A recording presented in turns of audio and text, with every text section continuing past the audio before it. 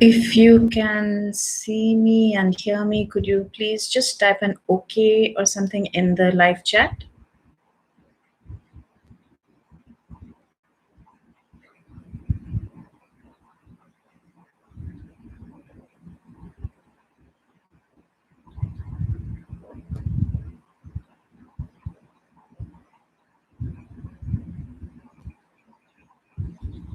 Thank you, Parijat. All right.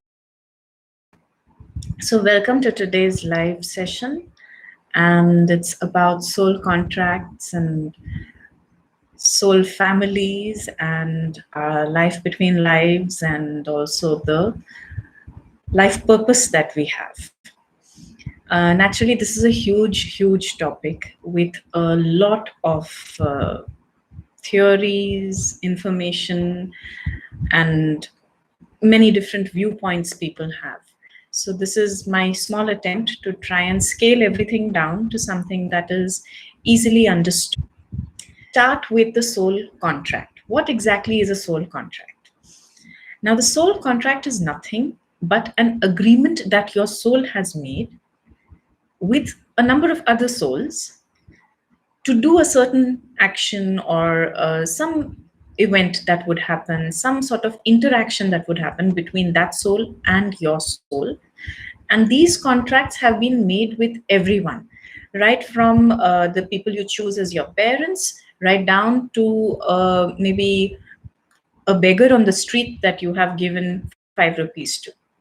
So these soul contracts are actually the sum total of your life experience.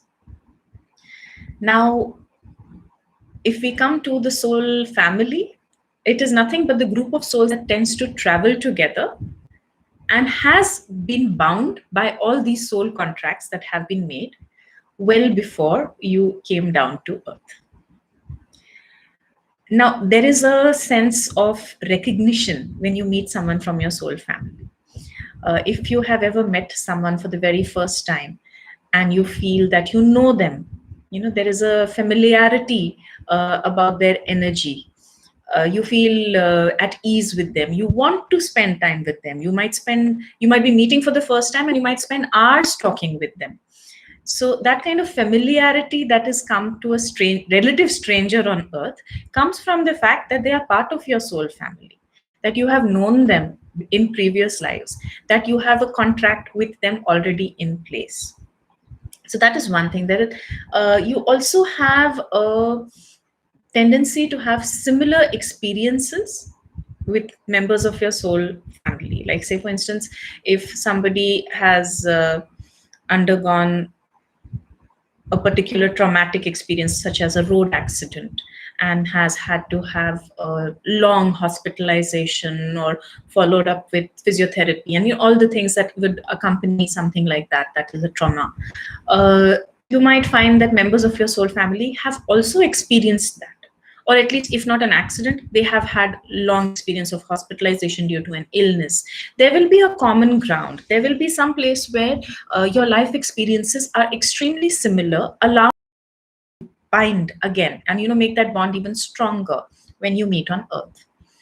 They may also have similar traits, value systems. Like, if you are a person who's extremely honest and feels that is an important trait to have, many people of your soul family will also value honesty as a trait, as a desirable trait.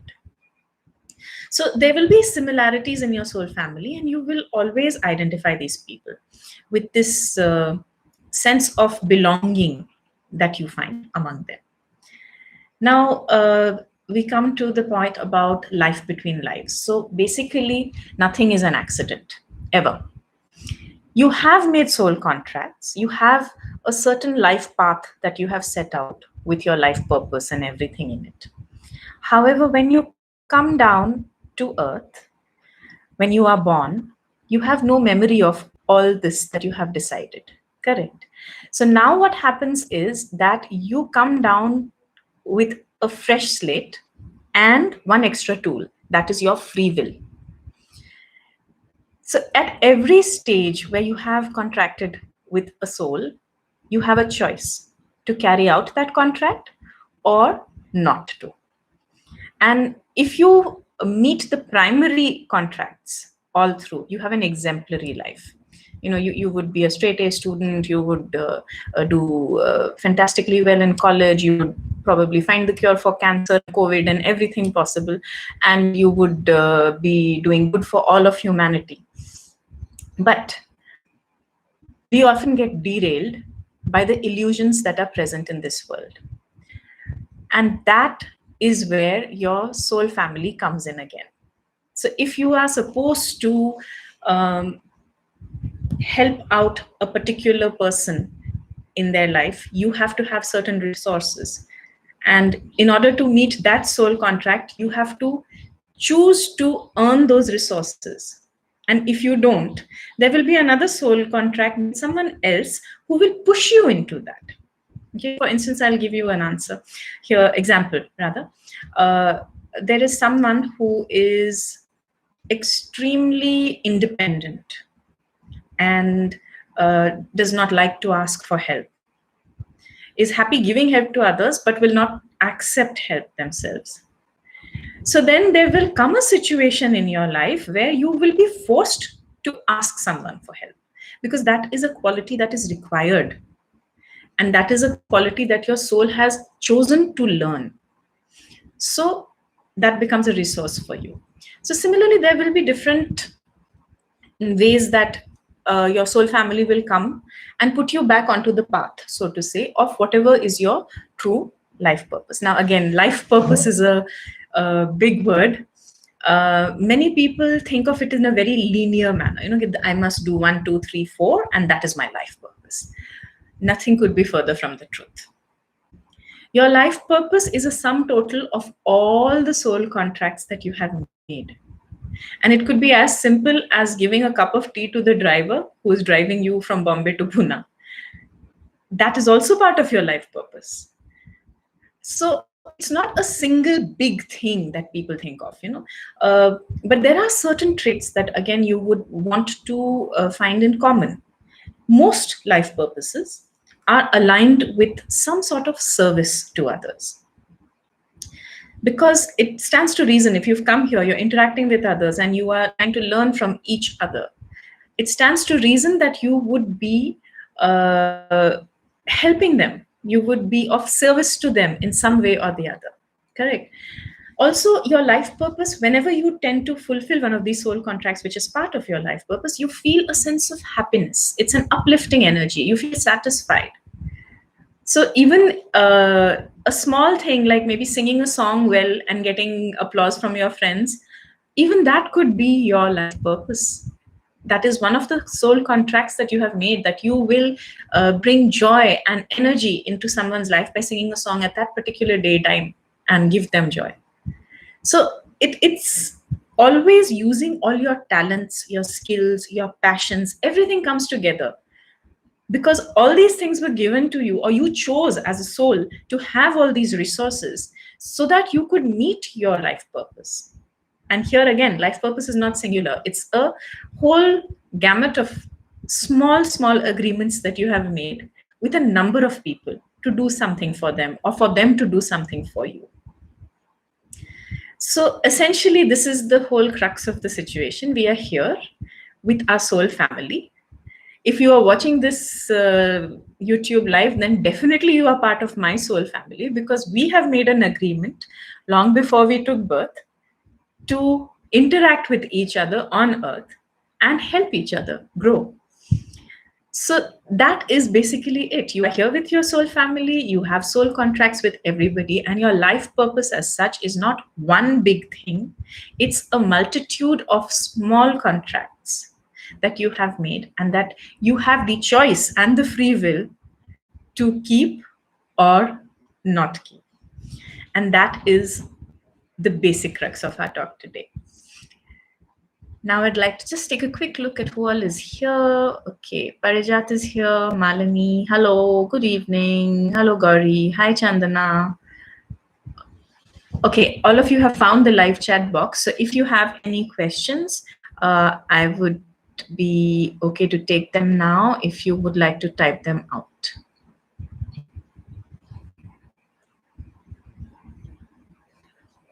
All right. Hi, Prachi. Good evening. Nice to see you all here.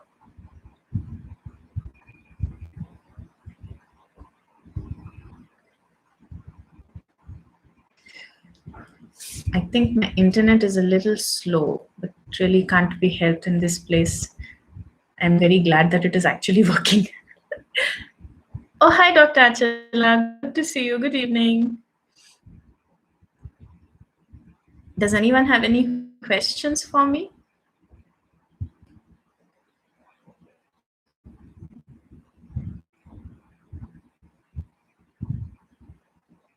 So, Kittil, y'all are typing out something or not? I can go a little bit deeper into the life between lives, where you actually sit and map out what you want to do in your life and what all would be comprising your life purpose. So, think of it like a jigsaw puzzle, or a fabric that is woven together with all the different threads, and each thread is a person, so that person pulls on you and you pull on them, and then you make this beautiful design together in your life. Okay, Shankar has a question. Why do we forget the soul contracts in beginning of birth? All right. So, Shankar, what we can freely assume is that as a soul, when you are in your purest light form, there is actually no need for you to learn anything else. It is just the soul that is part of God energy. It has a desire to experience certain things, right? And that is where all these soul contracts and it's like a jungle of time and space where you come together and you are trying to figure out how to have those experiences. So if you knew that you have to go from point A to point B, you would be able to do it very easily. But you're dropped in at point A and you have to make your way to point B. So in that process, you have the ability to experience so much more.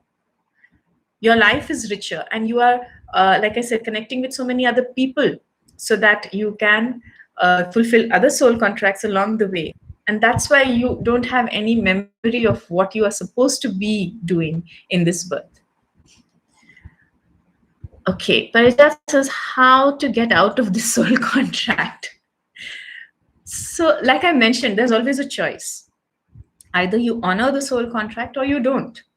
But the trouble is that most often, if you choose not to honor the soul contract, it will come back to you. You yourself will choose to deal with it in another life, in the next life.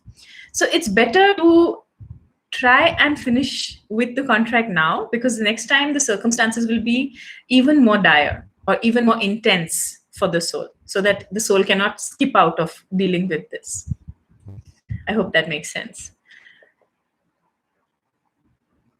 Okay. Dr. Achila says, interesting topic made so simple. Thank you. Gauri says, Kashmira, a soul contract contains both positive or negative energy exchange. Yes, there are certain souls that contract with you to give you a negative, depending on whatever ultimate purposes that you are working towards. So, in fact, I feel that the people who are irritating or frustrating tend to contribute more to your growth, don't they? Because you are upset about something, or you are worried about something, you're anxious about something, you tend to do so much more, you tend to find out more resources, you tend to grow as a person because of these people in your life. So negative soul contracts definitely tend to contribute positively to your soul growth, to your addition of resources. So that is also a part of soul contracts. Not all soul contracts will always be positive. Okay, we come to hi Abhinaya. And do we have any more questions? Shankar said, if we were to fulfill, we should have remembered them. So Shankar, that was the whole point. If you remember them, then you would be able to go really fast and you wouldn't grow. So that is the whole purpose of being here. No, Earth is a school for the soul.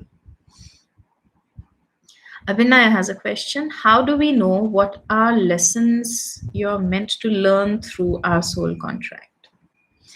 You don't. You simply go through these experiences, and these experiences bring certain qualities out in you. Like, for instance, unwell and would require surgery. Children who are born with congenital effects or something like that, defects.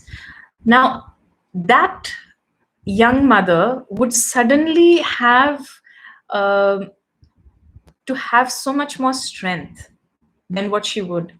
If she were just dealing with herself, she may not have had that strength. But because she is a protector, because she is a nurturer, because she knows she has to be strong for her baby, she will develop resources. She will gain all these traits.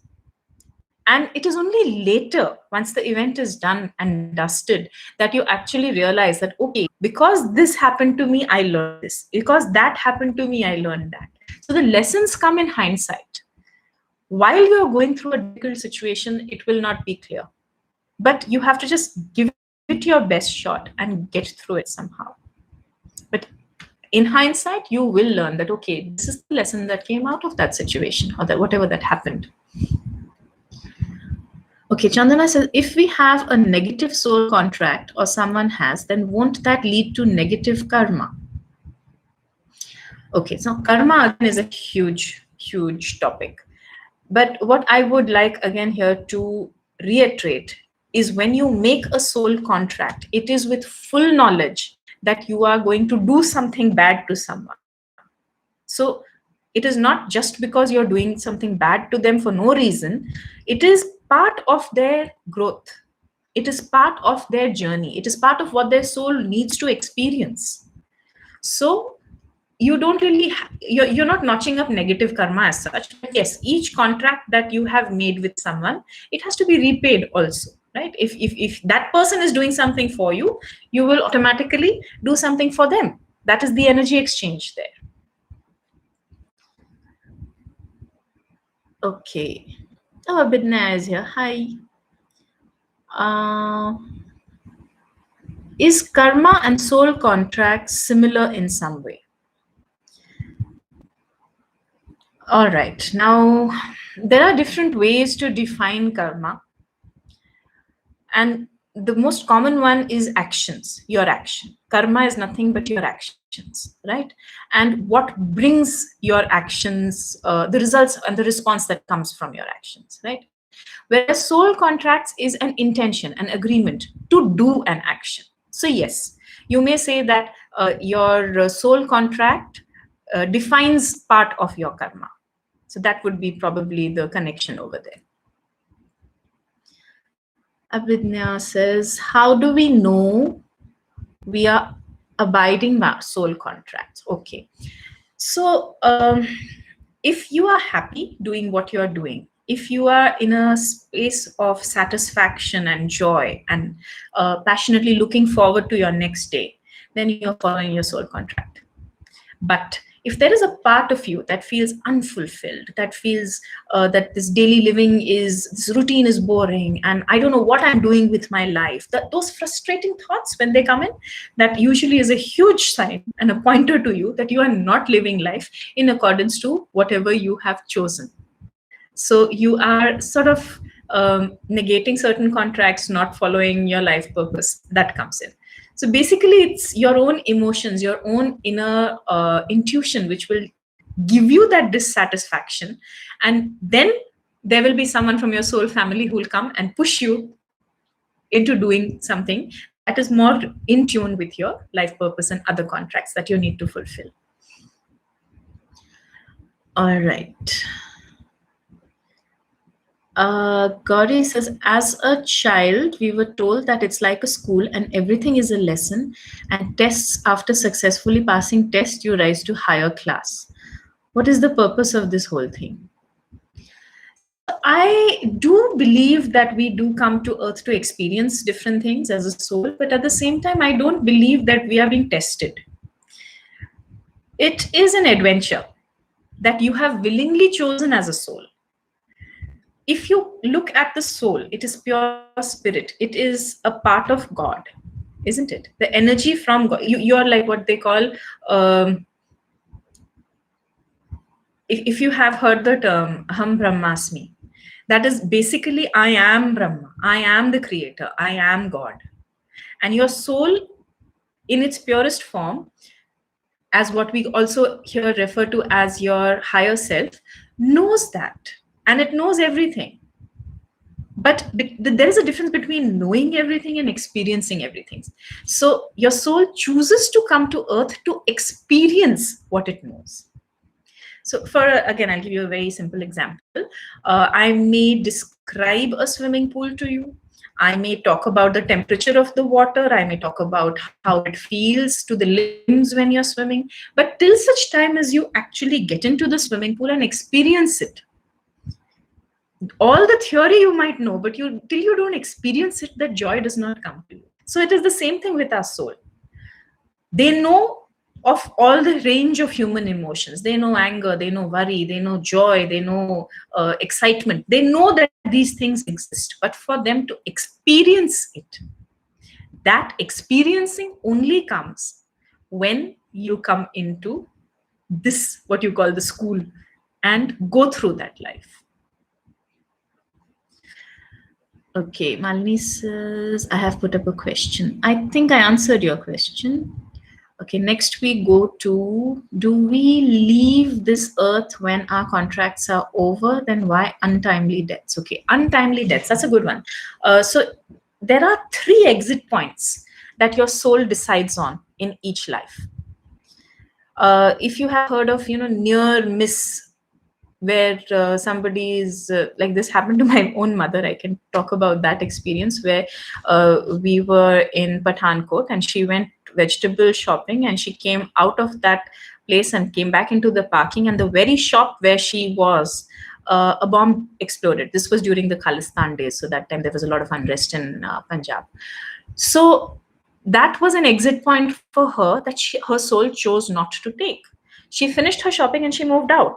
Had she decided no, she wanted something else and something more, she would have stayed there longer and she may have exited at that point. So similarly, like I would treat my recent illness and hospitalization as a possible exit point that my soul had chosen for this life. But again, I chose not to exit right now because I still feel that I have work to do.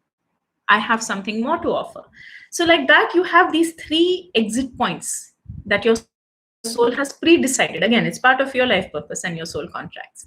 So sometimes it becomes too much, all the experiences that your soul is going through, it becomes too much, and that is when the untimely deaths occur. They say, okay, forget it, I'll come back in the next life and I'll sort it out. This became too heavy for me, and the soul leaves. So that is basically why untimely deaths occur. Okay, Dr. Achula says, you are miserable in one situation, but by guidance of soul family, learn to be happy and empowered. Did I get it right? Absolutely. Your soul family does both. It gives you the support that you need to fulfill your life purpose and your contracts. Also, if at times you find that you are skipping the purpose of your life, they will give you a negative experience to push you back onto the track as well. So your soul family plays a very important part of the kind of life that you would lead. And of course, you always have free will to decide whether or not you want to fulfill a particular contract. Okay, we are done with 10 minutes. In fact, we're done with more than 10 minutes of question answers. And I am now going to end this chat. Thank you everyone for being here, and I will see you next month.